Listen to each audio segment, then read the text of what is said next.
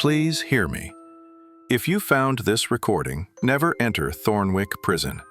It's not what we thought it was.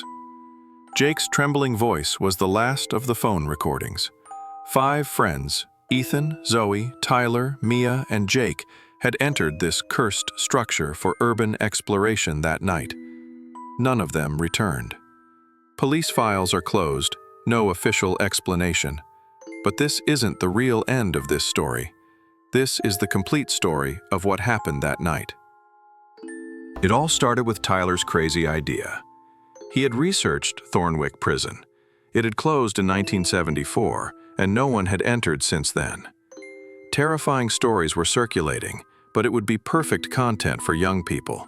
They had a chance to go viral on Instagram. Although Mia was a bit hesitant, the group dynamics had convinced her. They met that evening. Jake brought flashlights. Tyler brought cameras. There was no security. It was completely abandoned. They just needed to be careful in the prison.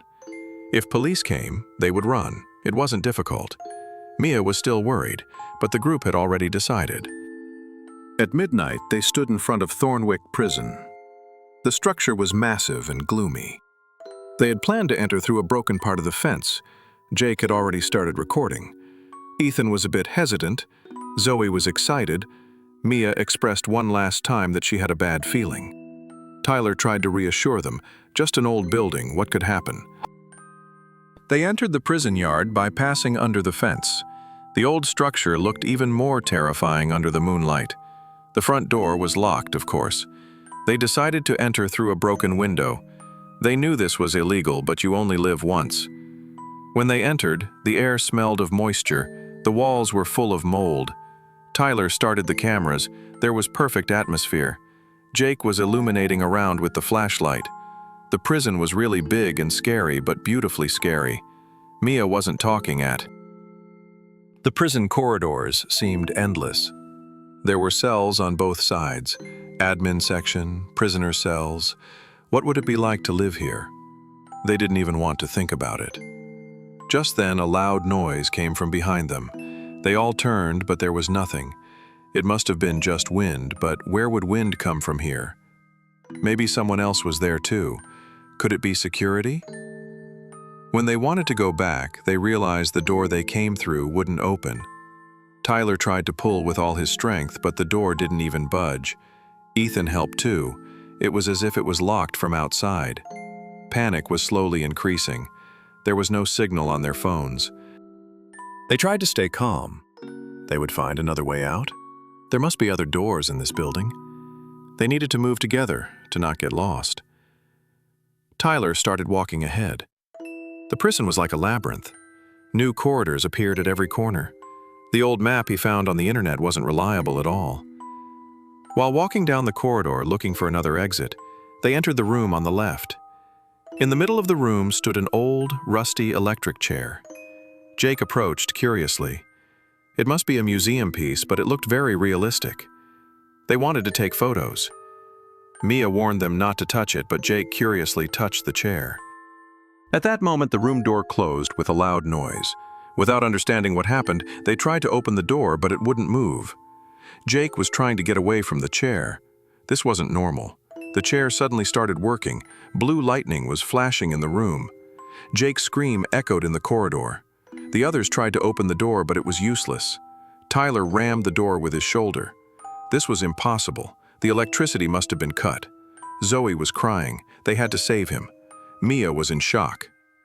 After a few minutes, everything stopped and the door opened.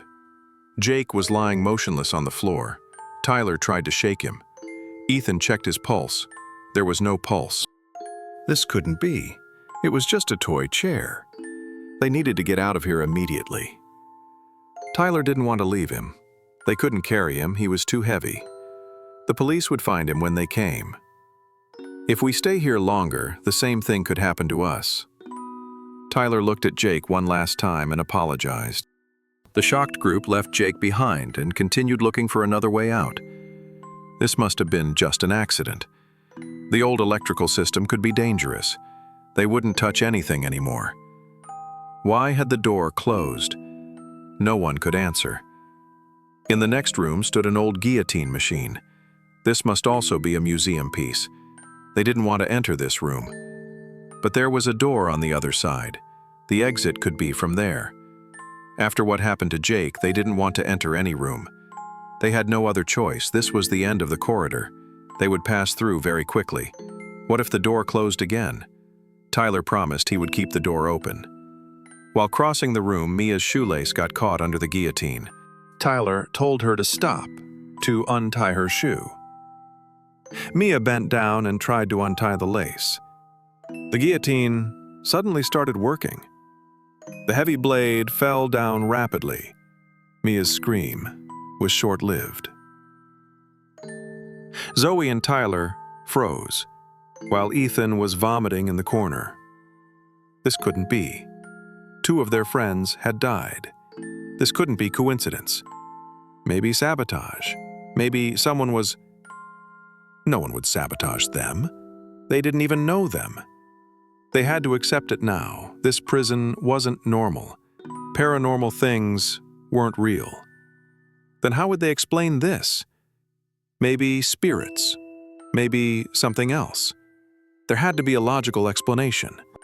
The remaining 3 entered the next room, trembling. A thick rope was hanging from the ceiling. Tyler now understood this game. This prison was playing with them. There was a different execution method in each room. So it was deliberately trying to kill them.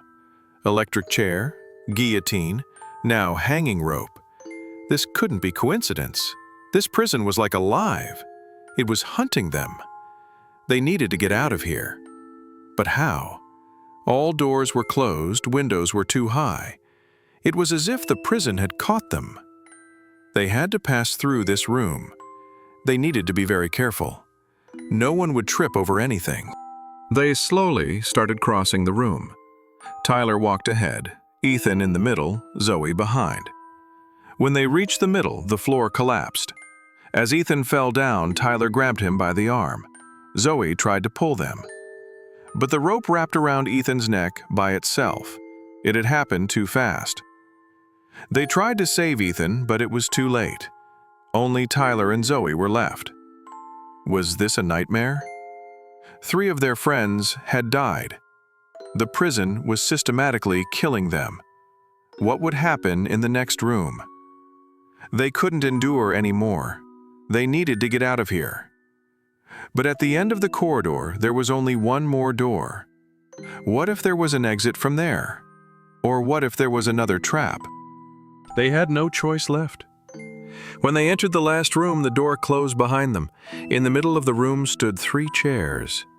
Green gas started coming out of holes in the walls. This was poisonous gas. They tried not to breathe, but it was impossible.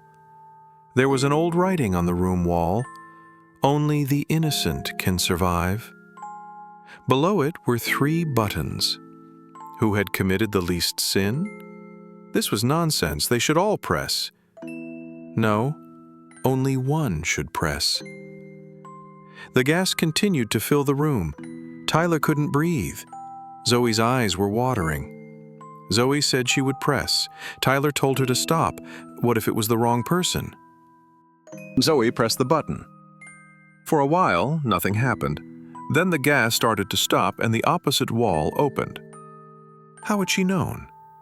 She hadn't known. She was just lucky. When they came out to the outer yard, they saw police cars. The police officer asked them what they were doing here.